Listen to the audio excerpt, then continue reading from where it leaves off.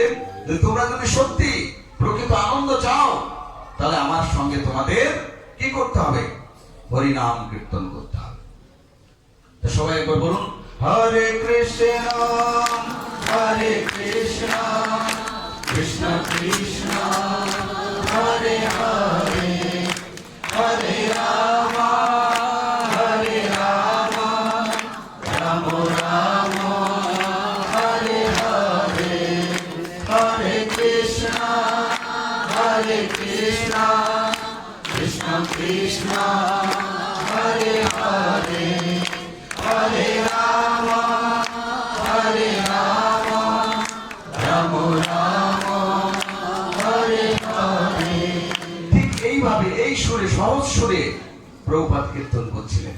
আর সবাই এই অপ্রাকৃত শব্দ তরঙ্গই হরিনাম, এটাকে বলে ট্রান্সেন্ডেন্টাল সাউন্ড ভাইব্রেশন, অর্থাৎ আধ্যাত্মিক শব্দ তরঙ্গ। এটা সাধারণ এই জনজগতের কোনো শব্দ তরঙ্গ নয়, এটা সাক্ষাৎ গোলকের প্রেমধন। এটা যখন শুদ্ধ ভক্তের মুখ থেকে বের হচ্ছিল তখন তারা সবাই কিন্তু আনন্দে মগ্ন হয়ে যাচ্ছে। এক পর্যায়ে তারা বললেন যে আমরা এই হরিনাম করে আনন্দ পাচ্ছি, তা আপনি আমাদেরকে চির আনন্দ দেওয়ার চেষ্টা করুন, আমাদেরকে দিন। প্রভুপাদ বলে, তোমরা এর আগে কত পাপ কর্ম করেছো? তোমরা মদ খেয়েছো। মদের কি জন্য মদ খেয়েছো? যে না, দুঃখটাকে ভুলে থাকার জন্য। তোমরা 5 ঘন্টা 7 ঘন্টা খেয়ে ঘুমিয়ে আছো, পরে যখন জেগে উঠেছো তখন তোমাদের দুঃখটা কি বেড়েছে না কমেছে? তো হচ্ছে আমাদের দুঃখ আরো বেড়ে গেছে। তো হচ্ছে তোমাদের সমস্ত দুঃখ আমি নির্বাপন করতে পারি যদি তোমরা এই 4টি পাপ কর্ম ছেড়ে দিয়ে এই দিব্য পবিত্র কৃষ্ণ নাম জপ করো এবং কীর্তন করো। তাহলে কথা দিচ্ছি, তোমাদেরকে 3 মাসের মধ্যে যদি তোমরা হৃদয়ের প্রকৃত আনন্দ ফিরে না পাও তাহলে আমার মালা তোমরা ফিরিয়ে দেবে। এইভাবে প্রভুপাদ চ্যালেঞ্জ করে তাদের যারা যারা প্রকৃত আনন্দ চেয়েছিল তাদেরকে বলেছিল 4টি পাপ কর্ম ছেড়ে দাও আর দিব্য পবিত্র কৃষ্ণ নাম গ্রহণ করো। তার মধ্যে অনেকেই গ্রহণ করেছিলেন, আবার অনেকে গ্রহণ করতে চাইলেন না। কেন? বলছে আমরা আমেরিকার মানুষ, আমরা জন্মের থেকে কি মাংসের চুপ খেয়ে জুস খেয়ে আমরা বেঁচে আছি, আর এটা আমরা কি করে ছাড়তে পারি? এটা কি করে সম্ভব? আর আমরা জলের বদলে মদ খেয়েছি। আপনারা যেরকম জল খান তৃষ্ণা লাগলে, আর আমেরিকাবাসী তারা তৃষ্ণা লাগলে কি খায়? মদ খায়। আমরা এরকম পরিবেশে মানুষ হয়েছি, আর আপনি বলছেন এগুলো ছেড়ে দিতে? এগুলো কি করে সম্ভব? প্রভুপাদ বললেন, তোমরা যদি সত্যি প্রকৃত আনন্দ পেতে চাও তাহলে তোমাদের এই পাপ কর্মগুলি ছাড়তে হবে। এইভাবে যারা সম্মতি দিয়েছিলেন তাদেরকে মালা দিয়েছিলেন এবং বলেছিলেন মাত্র 3 মাস টাইম। যারা এই 4টি পাপ কর্ম ছেড়ে দিয়ে দিব্য পবিত্র কৃষ্ণ নামের মালা নিয়েছিলেন, জপ করছিলেন, 3 মাস লাগে নাই। 15 দিনের মধ্যে প্রভুপাদের কাছে দৌড়াতে দৌড়াতে এসে চরণে পড়েছে। প্রভুপাদ, যতবার এই হরিনাম করছি ততবার যেন হৃদয়ে আনন্দ হচ্ছে, শুধু আনন্দ হচ্ছে। আনন্দম প্রতি বর্ধনম প্রতি পদম পূর্ণমৃত সাধনম সর্বাত্মছেনা পরম পরম বিজয় শ্রী কৃষ্ণ সংকীর্তনম। যদি পরম বিজয় লাভ করতে হয়, যদি প্রতি পদে পদে পূর্ণ অমৃত সাধন করতে হয়, তাহলে হরিনামের কোনো বিকল্প রাস্তা নাই। তখন তারা 15 দিনের মধ্যে কিছু ভক্ত এসে প্রভুপাদের চরণে পড়লেন, আমরা খুব টেস্ট পাচ্ছি, আমরা খুব আনন্দ পাচ্ছি। এই জন্য কৃষ্ণ নাম করতে হয় পাপ কর্ম ছেড়ে দিয়ে। আমি পাপও করব আবার হরিনামও করব, তাহলে হরিনামের টেস্ট পাবো কি করে? তার মানে কি? আমি গাঁজাও খাবো দুধও খাবো, মানে তামাকও খাবো দুধও খাবো, তাহলে কি হবে? তাহলে কি হবে? প্লাসে মাইনাসে মাইনাস, দুধ প্লাস তামাক মাইনাস, গুণ করলে কি হয়? প্লাসে মাইনাসে মাইনাস, কোনো লাভ হবে না। এই জন্য যদি হরিনাম করতে হয় তাহলে পাপ কর্মগুলি ছেড়ে দিতে হবে। পাপ কর্মগুলি ছেড়ে দিয়ে আপনি হরিনাম করে দেখুন, বাস্তবিক প্র্যাকটিক্যাল।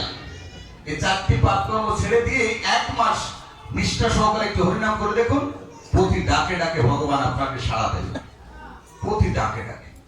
হ্যাঁ, এই জন্য আমেরিকাবাসী নয়, শুধু সারা বিশ্ববাসী তারা এই 4টি পাপ কর্ম ছেড়ে দিয়ে এই সনাতন ধর্ম গ্রহণ করে হরিনাম করেছে।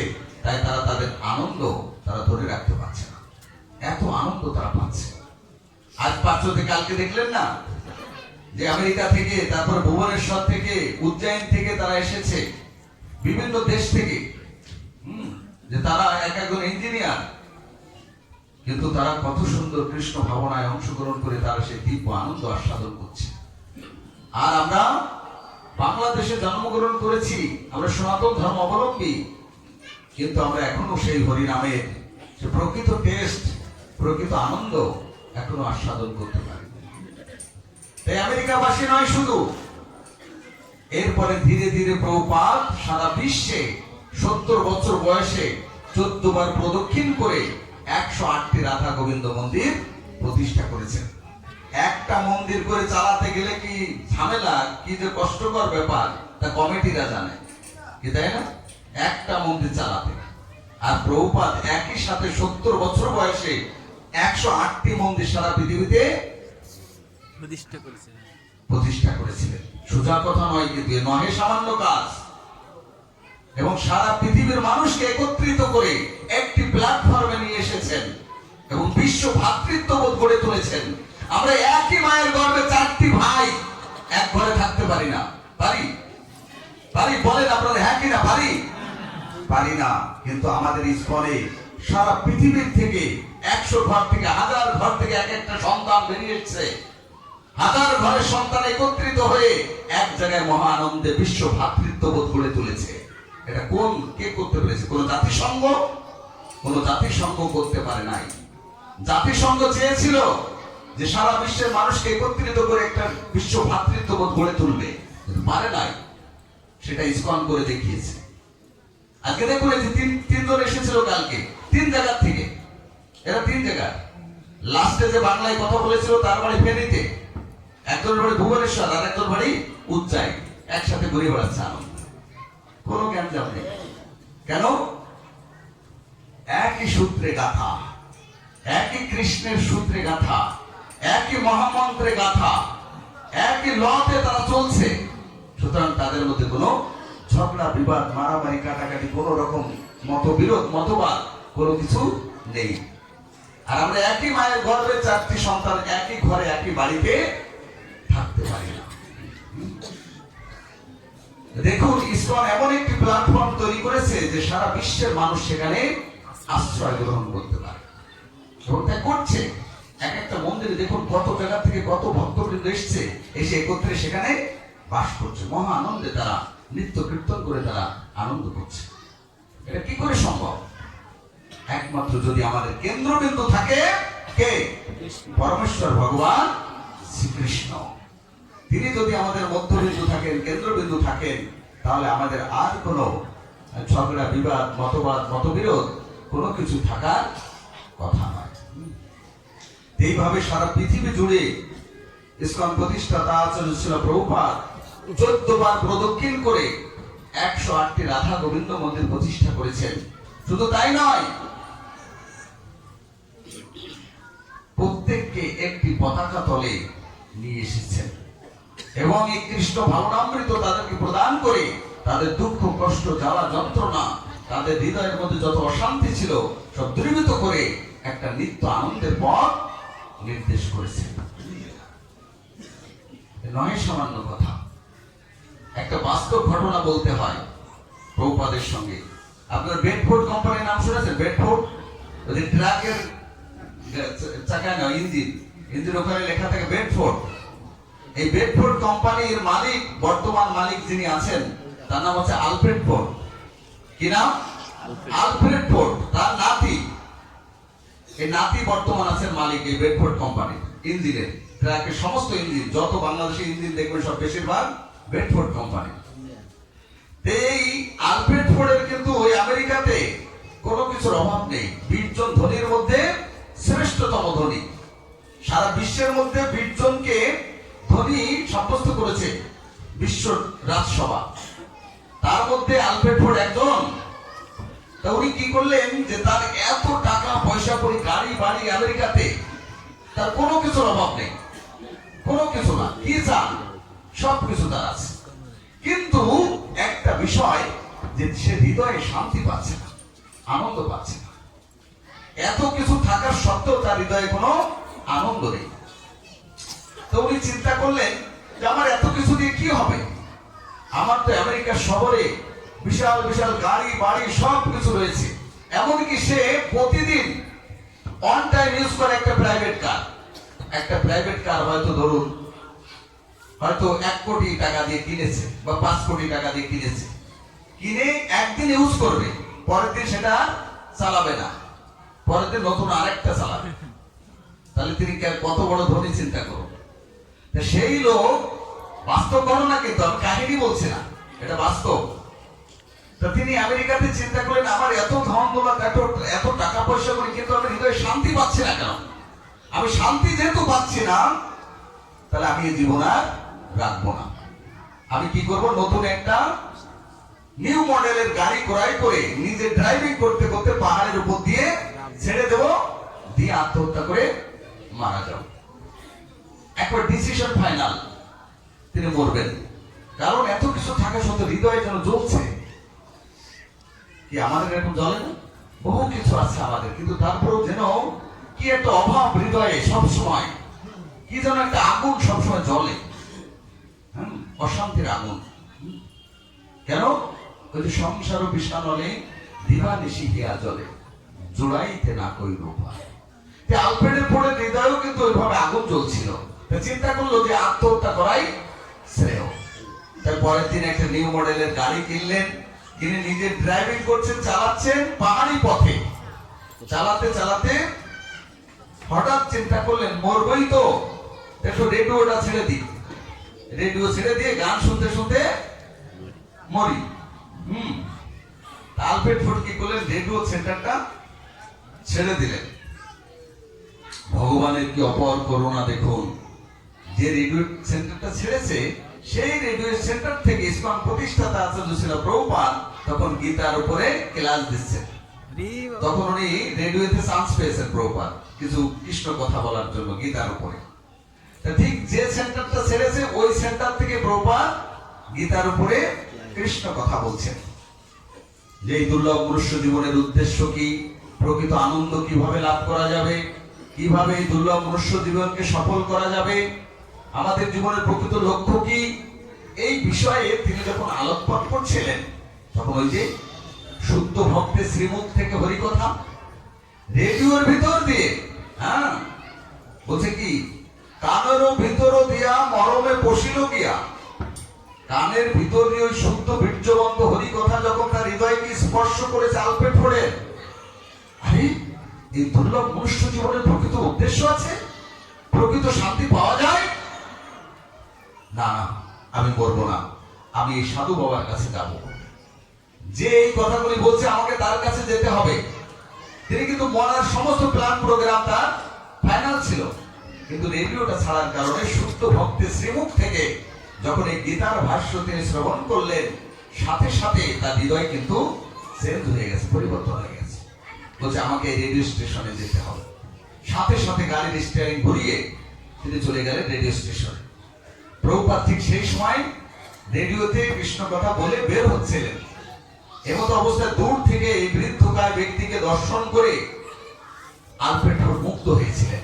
যখন এই কাছে এসেছেন বলছে, হে সাধু বাবা, আপনি আমার গাড়িতে উঠুন, আপনার সাথে কথা আছে। আপনি কি কিছুক্ষণ আগে রেডিও স্টেশন থেকে এই কথাগুলো বলেছিলেন ইংলিশে? বলছে হ্যাঁ। আপনি কোথা থেকে এসেছেন? ভারতবর্ষ থেকে। উঠুন আমার গাড়িতে। এইরকম যদি আমেরিকাতে, লন্ডন, কানাডাতে আপনি গেছেন আর হঠাৎ করে কেউ গাড়ি এনে বললো উঠুন গাড়িতে, উঠবেন? হ্যাঁ, প্রভুপাদ উঠে পড়লেন, সাথে সাথে উঠে পড়লেন। কেন? কারণ তিনি অভয় চরণে শরণ নিয়েছেন। অভয় চরণ কার চরণ? কৃষ্ণের চরণ, গোবিন্দের চরণ। তার চরণ যদি একবার আশ্রয় নেই, তার এই জগতে আর কোনো কিছুর প্রতি ভয় থাকে না, কোনো ভয় নেই। উঠে পড়লেন গাড়িতে। উঠে পড়ে আলফ্রেড ফুডের বাড়িতে চলে গেলেন।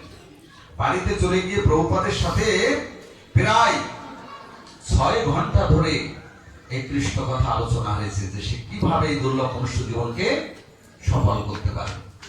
এই বিষয়ে প্রভুপাদ প্রত্যেকটি কোটেশন, প্রত্যেকটি কথা এই শ্রীমদ্ ভগবত গীতার আলোকে যখন তাকে অনুধাবন করালেন, বুঝালেন, তখন উনি অত্যন্ত খুশি হলেন এবং বললেন যে আমি কিভাবে শান্তি পেতে পারি, কিভাবে আনন্দ পেতে পারি, আপনি সেই কাজ করুন। তখন প্রভুপাদ বললেন তুমি 4টি পাপ কর্ম ছেড়ে দাও। 4টি পাপ কর্ম কি কি? 1 নম্বর আমিষাহার, 2 নম্বর নেশা, দ্রুত ক্রিয়া, আর 4 নম্বর হচ্ছে অবৈধ যৌন সঙ্গ। এই 4টি পাপ কর্ম ছেড়ে দিয়ে কি করো?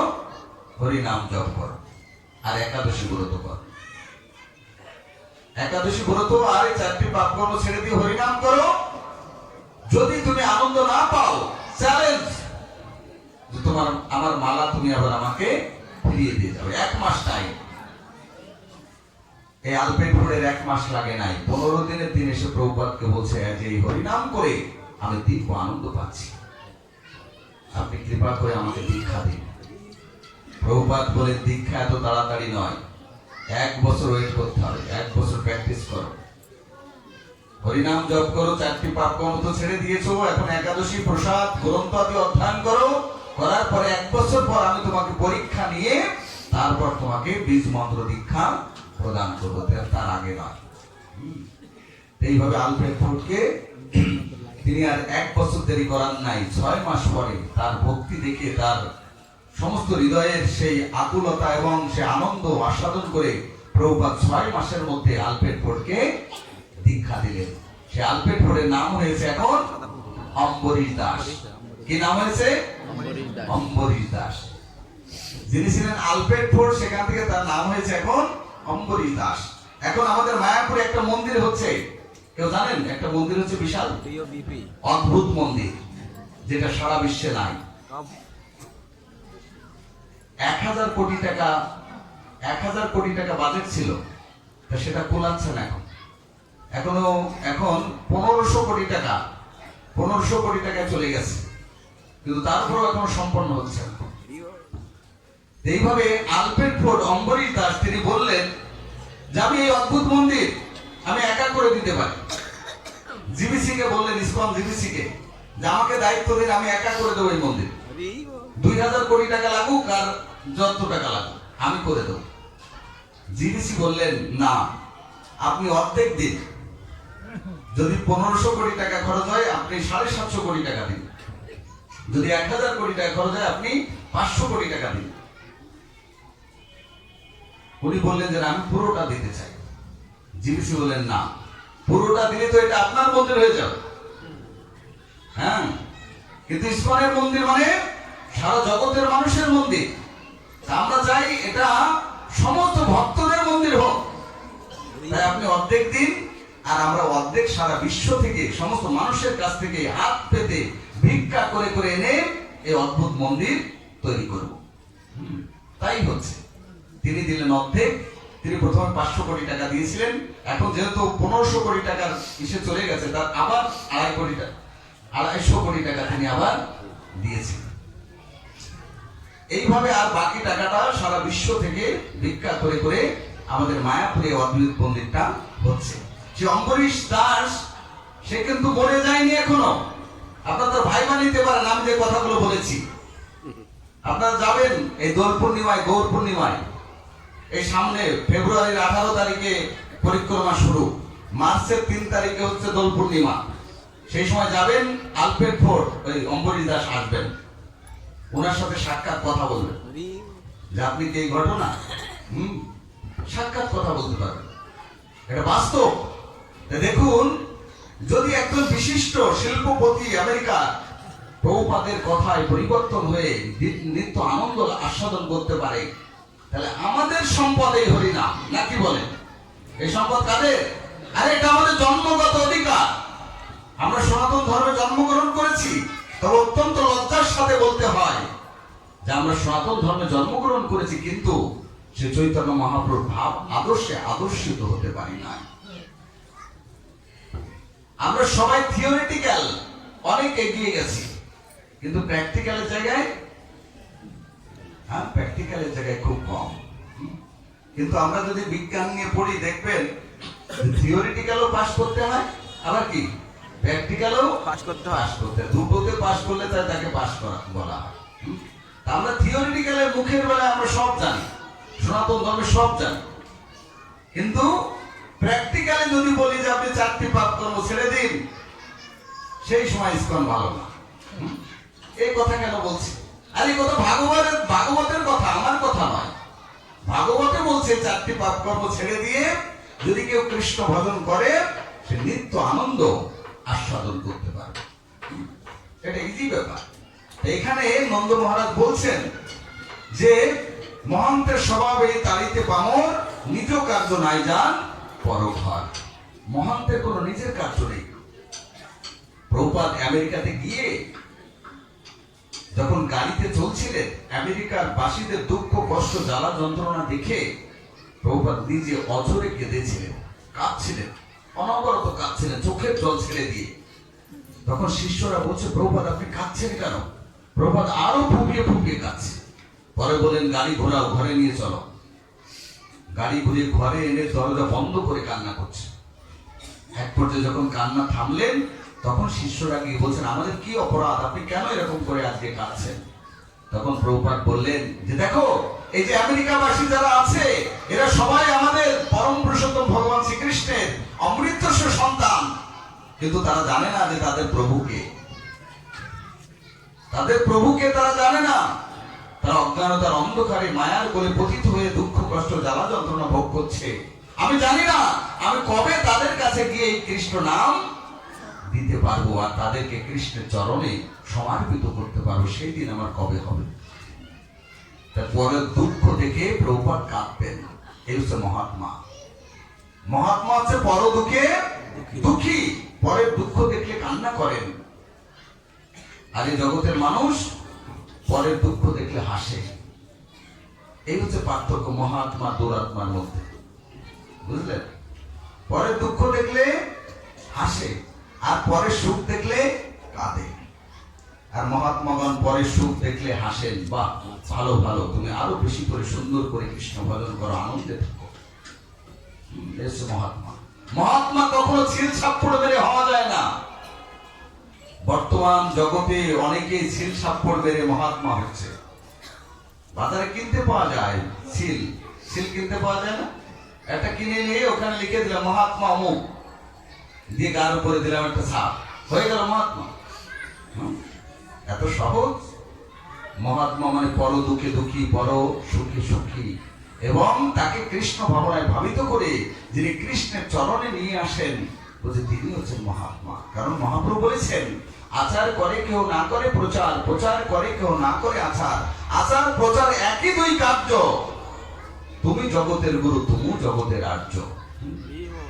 আজকে ইসকন প্রতিষ্ঠাতা আছে জয় শরণার ভক্তি বেদান্ত স্বামী শ্রী প্রভুপাদ সারা বিশ্বে যেভাবে সনাতন ধর্মের আলোড়ন সৃষ্টি করেছেন, আজকে যদি এই অবস্থায় না আসতো, জানি না এই সনাতন ধর্মের কি পরিণতি হতো। আজকে আমাদের বাংলাদেশের কথাই বলি, অনেক দেবত্ব সম্পত্তি আজ সব বেহাত হয়ে গেছে, সব নিয়ে চলে গেছে। কিন্তু ইসকন বর্তমান সেই দেবত্ব সম্পত্তিগুলি আস্তে আস্তে সব উদ্ধার করছে। যে সমস্ত ভগবানের নামে যে সমস্ত মন্দিরগুলো রয়েছে, এই মন্দিরগুলো আস্তে আস্তে সবাই দখল করে নিয়ে যাচ্ছে। কিন্তু এখন ইসকন সেই সমস্ত দেবত্ব সম্পত্তিগুলো সব খুঁজে খুঁজে বের করছে, এবং সেগুলি আমাদেরকে ফিরিয়ে দিতে হবে, কারণ সেগুলি আমাদের দেবত্ব সম্পত্তি। বুঝতে পারে? একমাত্র ইসকন পারে সেগুলি আদায় করতে, জগতের শক্তি আর কারণে। কারণ ইসকন ইন্টারন্যাশনাল সোসাইটি, সারা বিশ্বে তাদের শক্তি রয়েছে।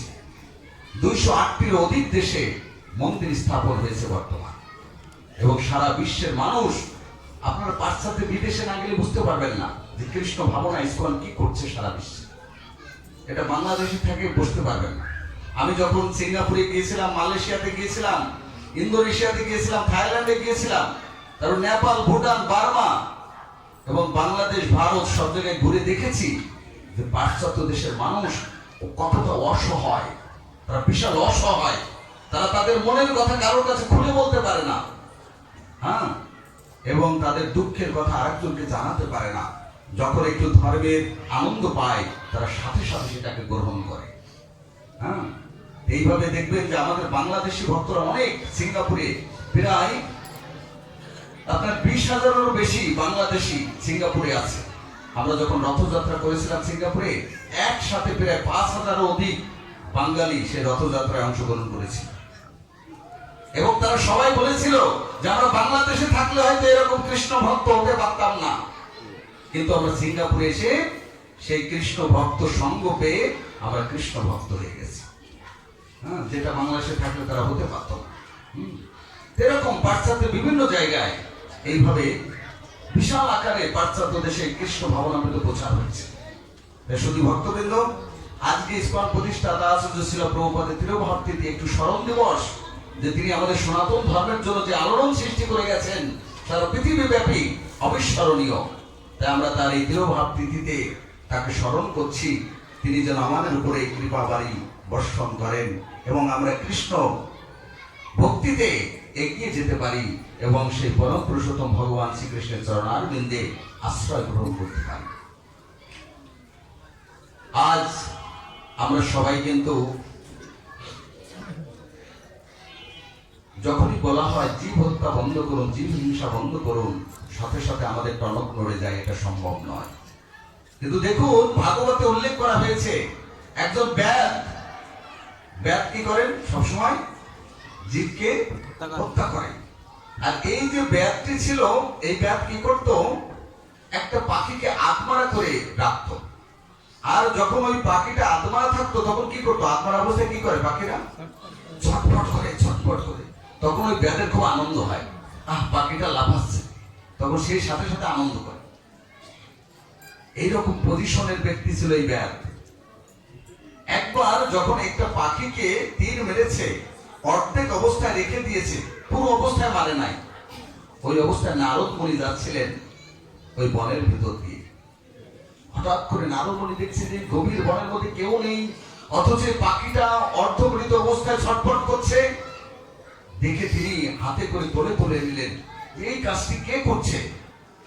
তখন ওই যে ব্যাদ কি করছে, দৌড়ে ছুটে এসেছে, বলছে আমার শিকার, আমার শিকার, আমি এটাকে শিকার করেছি।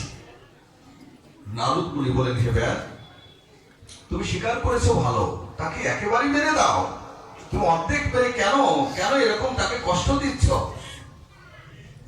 দেখুন, এই পাখিগুলো যখন অর্ধমৃত অবস্থায় ছটফট করে তখন আমার হৃদয় আনন্দে ভরে যায়। বুঝতে পারছেন তাহলে তার হৃদয় কি অবস্থায় আছে। যে পাখির ছটফট দেখলে, যেমন আমাদের অনেকে আছে যে যার সাথে আমার বিরুদ্ধ আচরণ আছে, শত্রু আছে, সে যদি এরকম ছটফট করে, হ্যাঁ, দুঃখে কষ্টে, তখন যে প্রতিপক্ষ যে থাকে সে কি, সে আনন্দ পায়, সে মজা নেয়, হ্যাঁ বাহ ঠিক আছে। ঠিক ব্যাধের অবস্থাও ঠিক সেরকম, সেই পাখিটাকে মারছে, অর্ধমৃত অবস্থায় রাখছে, আসে আনন্দ করছে। নারদ মুনি বলেন, হে ব্যাদ, তুমি এ কাজ করো না,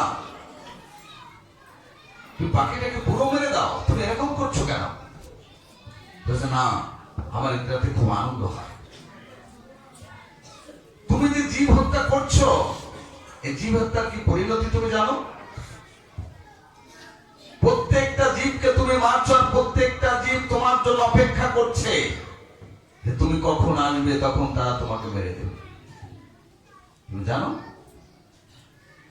এইভাবে নারদ মুনি জীব হত্যার সম্পর্কে, জীব হিংসা সম্পর্কে যখন অনেক তত্ত্বজ্ঞান দিলেন, তখন বলছেন, হে নারদ মুনি, আপনার কথা যথার্থ, কিন্তু আমি তো ব্যাদ, এটা তো আমার শিকার, আমি তো এটাই করে আমার জীবন নির্বাহ করি, তাহলে আমি কিভাবে চলবো। আমি যদি এই শিকার বন্ধ করে দিই তাহলে আমার জীবিকা কিভাবে চলবে। তখন নারদ মুনি বললেন, হে ব্যাদ, শোনো, তুমি এই গঙ্গার তীরে একটি তুলসী বৃক্ষ নির্মাণ করে সেখানে বসে নিরন্তর ভগবানের নাম জপ করো, কীর্তন করো, আমি তোমাকে দীক্ষা দিয়ে যাচ্ছি। যদি তোমার সংসার চালানোর কোনো অভাব হয় তখন তুমি আমাকে বলো, যাও, আমি তোমাকে আশীর্বাদ করছি। এই বলে ব্যাদ কি করলেন, নারদ মুনির কথায় সন্তুষ্ট হয়ে তার তীর ধনুক সব নারদ মুনিকে দান করে দিলেন। আর নারদ মুনি তাকে দীক্ষা দিলেন, কি বলে, তুই গঙ্গার তীরে তুলসী বৃক্ষ নির্মাণ করে প্রতিষ্ঠা করে তুমি সেখানে বসে হরিনাম করো। তখন এই ব্যাদ কি করলেন, তার স্ত্রী পুত্র পরিবার সবাইকে নিয়ে গঙ্গার তীরে তুলসী বৃক্ষের স্থাপন করে তিনি জপ করতে লাগলেন। এবার সারা গ্রামের লোক, আশেপাশের লোক, সব দিকের লোক চিন্তা করলো যে এই যে দুর্বৃত্ত, এই ব্যাদ যে পশুদেরকে অর্ধেক করে মেরে রাখতো আর মজা নিত, হ্যাঁ, আর সে নাকি আজকে পরম ভক্ত হয়ে গেছে, পরম বৈষ্ণব হয়ে গেছে, আর নারদ মুনি তাকে দীক্ষা দিয়েছেন। এই সংবাদ শুনিয়ে সারা গ্রামের লোক, 10 গ্রামের লোক সব তাকে দেখতে ছুটে এসেছে। আর সাধু দেখতে আসলে তো খালি হাতে আসতে নেই, হ্যাঁ, সাধু দর্শনে খালি হাতে আসতে নেই। তো সমস্ত মানুষ যখন আসছিল তখন তারা চাল, ডাল, তরি তরকারি, শাক, সবজি, মানে যা কিছু সাধু বাবার দরকার সব এনে রাখতে রাখতে ওখানে পুরো পাহাড় হয়ে গেছে, বিশাল বড় এরিয়া নিয়ে পাহাড় হয়ে গেছে। এবার সে ব্যাদ চিন্তা করে, আরে আমি শুধু ভগবানের দিব্য নাম, পবিত্র কৃষ্ণ নাম জপ করছি, আর ভগবানের কি করুণা, আমি যেটা কোনদিন পাইনি আজকে সেটা অনায়াসে আমার সবকিছু চলে এসেছে। তখন তার চেতনা ফিরে গেল। তখন চিন্তা করলেন যে না, আমি ভক্তি পথ আর জীবন গেলেও আমি কখনো ছাড়ব না। বেশ অত্যন্ত গভীর ভাবে ঐকান্তিকতার সহিত ভগবানের দিব্য নাম সেবা করছেন।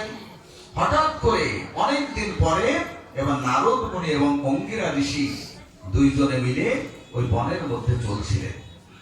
দূর থেকে ওই ব্যাদ বৈষ্ণব, এখন তো বৈষ্ণব হয়ে গেছে, ওই ব্যাদ নারদ মুনিকে দূর থেকে দেখে তিনি যে দৌড়ে আনন্দের সাথে আসবেন, আসতে পারছেন না। কেন? জীব হত্যা মহাপাপ। তিনি তার উত্তরে দিয়ে রাস্তা ঝাড়ছেন, উত্তরে দিয়ে, যে যাতে কোন রাস্তাতে একটা পিঁপড়া, পিপলিকা বা কোন একটা জীব যাতে না থাকে, পোকামাকড়, প্রত্যেকটিকে আস্তে আস্তে করে সরিয়ে, হ্যাঁ, তিনি এগিয়ে যাচ্ছেন। আর সেটা সরিয়ে তারপরে কি করলেন, উত্তরটা পেতে তারপর নারদ মুনিকে দণ্ডবত প্রণাম নিবেদন করলেন। তখন অঙ্গিরা ঋষি বলছে, আরে এরকম করছে কেন? বলছে, নারদ, অঙ্গিরা দেখো, আমার এই ভক্তটা একসময় জীবকে মেরে অর্ধেক মৃত অবস্থায় রেখে সে আনন্দ করত, আর আজকে একটা পিপিলিকা যাতে তার দেহের চাপে মারা না যায়, তার পায়ের চাপে যাতে মরে না যায়, তার জন্য সে কত সন্তর্পণে এগিয়ে আসছে। আর সেটা ছেড়ে তারপরে উত্তরী পেতে তারপর নারদ মুনিকে প্রণাম নিবেদন করলেন। অবাক হয়ে গেল। দেখুন, একজন ব্যাদ যদি এটা করতে পারে, তাহলে আমাদের কি কথা? এইভাবে নারদ মুনি আমাদেরকে শিক্ষা দিলেন যে জীব হত্যা সম্পূর্ণরূপে বন্ধ করে যদি আমরা ভগবান শ্রীকৃষ্ণের শরণাগত হই, তাহলে আমাদের কোনো কিছুই অভাব থাকবে না, সমস্ত কিছুই পূর্ণ হয়ে যাবে। আমরা কিন্তু আমাদের নিজের কর্মফলের জন্য আমরা নিজেরাই দায়ী।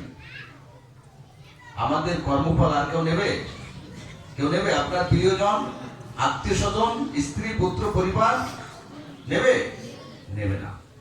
কিন্তু রত্নাকর দস্যু মনে করেছিল তার ফ্যামিলি তার কি, তার পাপের ফল নেবে।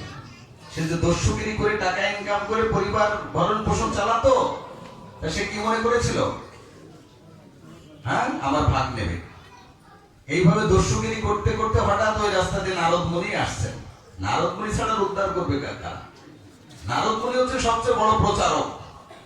তিনি সারা জগৎ ব্যাপী সমস্ত জীবকে উদ্ধার করে বেড়ান। আর সেই নারদ মুনির অবতার হচ্ছেন এই সারা বিশ্বে যারা হরিনাম প্রচার করছেন, হ্যাঁ, এনারা হচ্ছে সবাই নারদ মুনির অবতার। হ্যাঁ, যে নারদ মুনির হয়ে তারা প্রচার করছেন আর জীবকে উদ্ধার করছেন। তা নারদ মুনি যখন ওই রাস্তাতে যাচ্ছিলেন, দস্যু রত্নাকর তাকে ধরে বসলেন, সাথে সাথে ছুরি, চাকু দিয়ে বললেন যে আপনার যা কিছু আছে সব দিন। নারদ মুনি বলছে, তুমি দস্যুগিরি করে পরিবার ভরণ পোষণ করো? হ্যাঁ, এটি আমার কাজ, এটি আমার ধর্ম। যেমন মানসি বলে না যে আমি যেটা করছি এটাই ধর্ম, তো সেও বলছে আমি যে দস্যুগিরি করছি এটি আমার ধর্ম। তো তোমার যে এটি ধর্ম, তুমি যে পাপ কর্মগুলি করছো, এর ভাগিদারি কি তুমি যাদের ভরণ পোষণ করছো তারা নেবে? কেন নেবে না? আমরা সবাই মিলেই তো খাই, তাহলে সবাই নেবে। তখন নারদ মুনি বলছেন, আমার মনে হয় না, তুমি একটু জিজ্ঞাসা করে এসো। যদি তারা নেয় তাহলে ঠিক আছে, তুমি করো, আর যদি না নেয় তাহলে তোমার এই কার্যটি করা উচিত নয়। বলছে, আমি শুনতে যাই আর আপনি এ ফাঁকে চলে যান। হ্যাঁ, ভালো যুক্তি পেয়েছেন। না না হে রত্নাকর, তুমি এক কাজ করো, আমাকে একটা বৃক্ষের সাথে তুমি আমাকে বেঁধে রাখো, আমার হাত পা সবকিছু বেঁধে রাখো, রেখে তুমি বাড়িতে গিয়ে শুনে আসো। তো বাড়িতে শুনতে গেছে রত্নাকর দস্যু, গাছে বেঁধে রেখে। প্রথমে তার স্ত্রীকে বলছে যে আমি যে দস্যুগিরি করে টাকা পয়সা করে আনি, তোমাদের ভরণ পোষণ চালাই, তা তুমি কি আমার পাপের ভাগ নেবে তো? স্ত্রী বলছে, ওগো তুমি কি বলছো? তুমি আমাকে অগ্নি সাক্ষী করে নিয়ে এসেছো, তোমার খাওয়ানো পড়ানো ভরণ পোষণ করে সব তোমার, এবং শাস্ত্রে বলছে তুমি যদি কোনো ভালো কর্ম করো তার অর্ধেক ভাগ আমি অনায়াসে পাবো, কিন্তু তুমি যদি কোনো পাপ কর্ম করো তা আমাকে স্পর্শ করবে না, নেওয়া তো দূরের কথা। রত্নাকর দস্যু তো একেবারে পড়ে গেলেন মাঝে, কি আমি কাদের জন্য কি করছি? এই জগৎ সংসারে কাদের জন্য এই দস্যুগিরি করলাম? এবার তার বাবার কাছে গেছে, বাবা একই উত্তর, যে আমি তোকে খাইয়ে পরিয়ে লালন পালন করে ছোটবেলা থেকে মানুষ করেছি, পিতা মাতাকে দেখার দায়িত্ব সন্তানের, তুই কিভাবে করছিস সেটা আমার বড় কথা নয়, তবে তোর ভরণ পোষণের দায়িত্ব তোর, কিন্তু তুই যদি কোনো পাপ কর্ম করে থাকিস সেটা কেন আমি নিতে যাবো? সেটা তো আমাকে স্পর্শ করবে না। মার কাছে গেলেন, মা বললেন, তুই কি বলছিস? মায়ের এক ফোঁটা দুধের ঋণ সন্তান শোধ করতে পারে না, আর তোর পাপের ভাগ আমি কেন নিতে যাব? হ্যাঁ, রত্নাকর দস্যুর তখন কি 3 নম্বর চক্ষু খুলে গেছে। হ্যাঁ, কি বাম চক্ষু ডান চক্ষু আর একটা জ্ঞান চক্ষু, জ্ঞান চক্ষু তখন রত্নাকরের খুলে গেছে। তিনি বুঝতে পেরেছেন যে এই জগৎ সংসারে কেউ কারোর কর্মফলের ভাগ কি নেবে না। তখন উনি চলে গেলেন নারদ মুনির কাছে, গিয়ে পড়লেন, হে নারদ মুনি, আপনি ঠিকই বলেছেন, কেউ দিতে চাইলো না আমার এই পাপ কর্মের ফল, তাহলে তুমি কেনই পাপ কর্ম করছো, কেনই দস্যুগিরি করছো? বলে, আমি তো জানতাম না, আপনি কৃপা করুন, আমাকে উদ্ধার করুন। তখন নারদ মুনি বললেন, ঠিক আছে, তুমি এখন থেকে এটি ছেড়ে দাও, আমি তোমাকে দীক্ষা দিচ্ছি, তুমি তপস্যা করো। এত বড় পাপী ছিল রত্নাকর, এত বড় দস্যু ছিল যে ভগবান নারদ মুনি রাম নাম দিয়েছেন কিন্তু উচ্চারণ করতে পারছে না। কি উচ্চারণ হচ্ছে? মরা মরা মরা মরা মরা মরা মরা মরা মরা করতে করতে রাম চলে এসেছে। এই মরা মরা করতে করতে একসময় দেখবেন জোরে মরা মরা করবেন, খুব দ্রুত রাম চলে আসবে অটোমেটিকলি। কারণ রামকে উল্টালে কি হয়? রয়াকার ম আর ম রয়াকার মরা। যখন মরা মরা করতে লাগলেন, করতে করতে করতে করতে একবার রাম নাম ধরে তার মুক্তি বের হতে লাগলো। আর এতটাই ধ্যানের তপস্যায় মগ্ন হয়ে গেলেন যে উইয়ের ডিবি, উই পোকা ছিলেন তো, উই পোকার ডিবি পুরো তার শরীর দিয়ে একেবারে সে একবার ডিবি হয়ে গেছে, তার রক্ত মাংস সব খেয়ে গেছে। তারপর ওই হাড়ের ভিতর দিয়ে কি বেরোচ্ছে? রাম রাম রাম রাম নাম বেরোচ্ছে। পরবর্তীতে নারদ মুনি যখন ওই রাস্তা দিয়ে যাচ্ছেন, হচ্ছে আরে এখানেই তো রত্নাকর ছিল, কিন্তু কোথায় গেল? এখানে তো একটা উইল টিভি দেখছে, আবার এখান থেকে যেন রাম নাম বের হচ্ছে। ও, এখানেই মনে হয় আছে। ভগবানের কৃপায় বৃষ্টি দিয়ে জলের মাধ্যমে কি হলো, সেটা ধুয়ে গেল, দেখে যে তার হাড়ের মধ্যে থেকে মজ্জার থেকে বেরোচ্ছে রাম নাম। বুঝতে পারছি? তখন আবার কৃপা করে তাকে পরিপুষ্ট করে দিলেন, শরীর সুন্দর শরীর দিয়ে দিলেন। দেওয়ার পরে বলে, তুমি সিদ্ধিতে সফল হয়েছ, সার্থক তোমার তপস্যা, আজ থেকে তোমার নাম হবে বাল্মীকি মুনি। সেই বাল্মীকি মুনি কি রামচন্দ্রের জন্মের কত বছর আগে রামায়ণ লিখলেন? 60,000 বছর আগে। রাম জন্মের 60,000 বছর আগে বাল্মীকি মুনি, সেই দস্যু এখন মুনি হয়ে গেছে। ওই 60,000 বছর আগে, ভগবানের জন্মের 60,000 বছর আগে তিনি রামায়ণ রচনা করেন। একজন দস্যু যদি এইভাবে মুনিবর হয়ে যেতে পারে, তাহলে আমাদের কি কথা? আমরা হতে পারি না? আমাদের মধ্যে সেই সংকল্প নেই, জেদ নেই, সেই ধরনের কোন ঐকান্তিকতা নেই, আমরা নিশ্চয়ই হতে পারি নাকি? আরে নারদ মুনি যদি দাসীর পুত্র হয়ে ভগবানের পার্ষদ হয়ে যেতে পারে, হ্যাঁ কি, তাহলে আমরা পারি না? অবশ্যই পারি। আমাদের সেই ঐকান্তিকতা থাকতে হবে। এইভাবে আমাদেরকে ভগবানের চরণে এই সমস্ত মহাত্মাদের কাহিনী শ্রবণ করে আমাদের অনুধাবন করা উচিত যে দুর্লভ মনুষ্য জনকে আমাদের সাফল্য মণ্ডিত করা দরকার।